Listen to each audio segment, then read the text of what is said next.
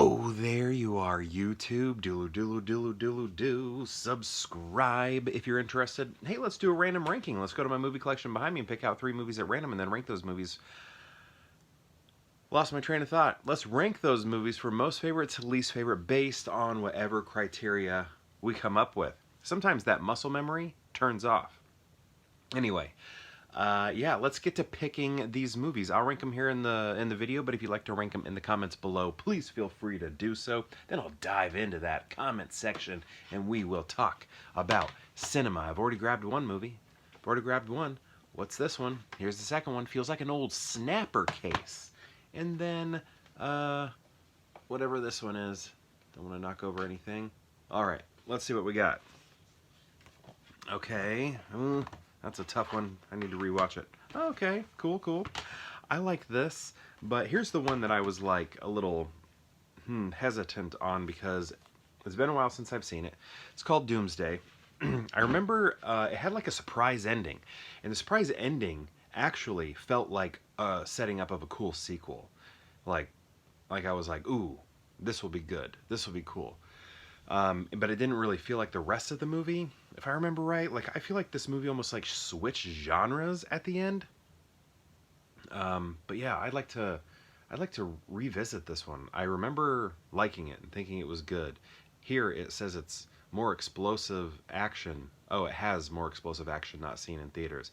But they're calling this a high octane, high energy, and undeniably entertaining film. Very cool. Doomsday. Mankind has an expiration date.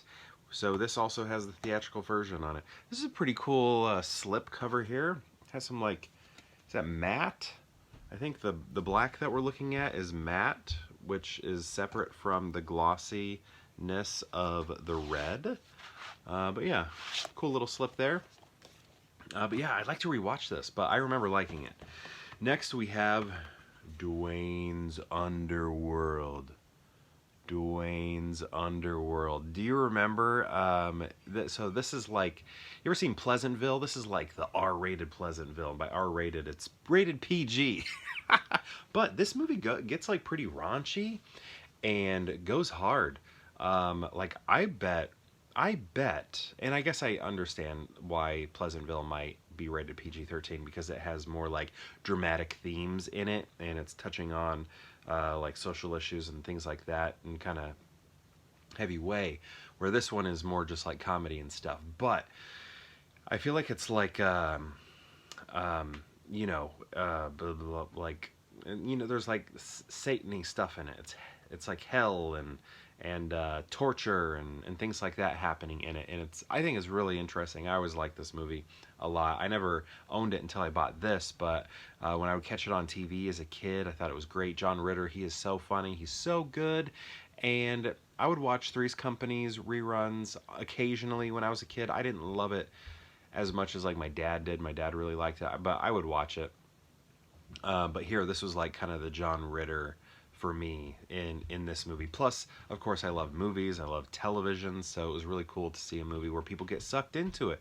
And just like Pleasantville, I love Pleasantville. So that's kind of what happens in this movie, and we're seeing like hellscape versions of things we're familiar with, like Wayne's World. And actually, they have that here on the back, right there. So do you see?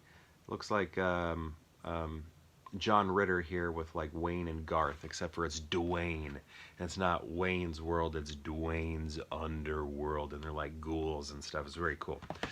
Next we have District 9. Do you remember when this was nominated for Best Picture? This was a great year for science fiction. We had stuff like this, Avatar. We had Star Trek. Was this also the year that Moon came out? I think it was.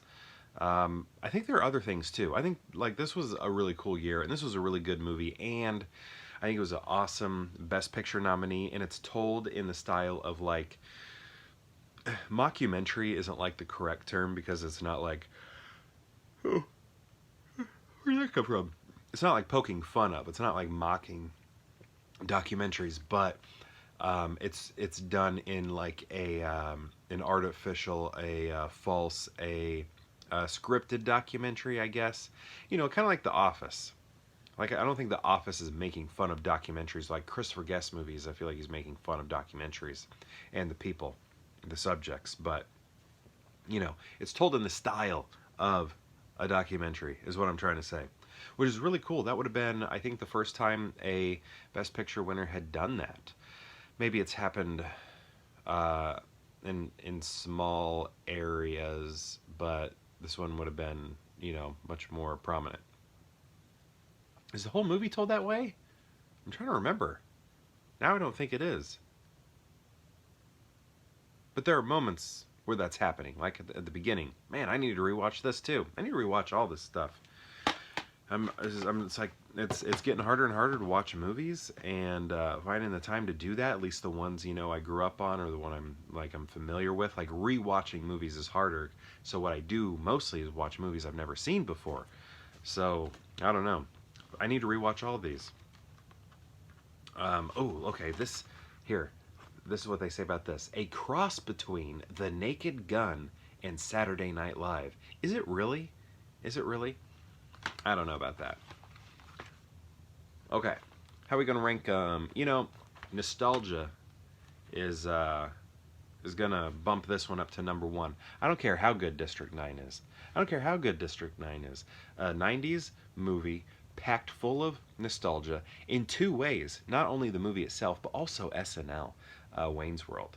Like that was huge. You know, I grew up with the Wayne's World hat. My dad, his name is Wayne, and he bought the Wayne's World hat and wore that. My dad was wearing a Wayne's World hat when I was a kid in public, and I just loved it. It's coolest. He took me to those movies. So, yeah, not only am I getting a great John Ritter film here that I had a lot of fun with as a kid, but I'm also getting a Wayne's World movie, in a way, through Dwayne's Underworld. So I'm going to go Stay Tuned. And it's, you know, it's meta, it's about TV. You know, I wanted to get sucked into a TV. Sure, this one's a hellscape, but you know, it was I loved movies. Loved movies, loved TV. Loved watching that screen. And then I'm going to go District 9. Fantastic movie, probably the better movie of all of these, but nostalgia's going to win this one out. And then we're going to go Doomsday, which I remember liking and thinking had a pretty wild ending that felt like it was going to create a great sequel. Did they ever make a sequel to it and I didn't see it? Probably some straight to DVD thing, right? Anyway, that's my ranking right here. One more time. Stay tuned. Then District 9, then Doomsday. My question to you, however, is, have you seen these movies, these three right here? And if you have, I'd like to know what you think of them and how you would rank them if you've seen them all. So, let me know in the comments below, and perhaps I'll see you tomorrow for more Pure Hangout.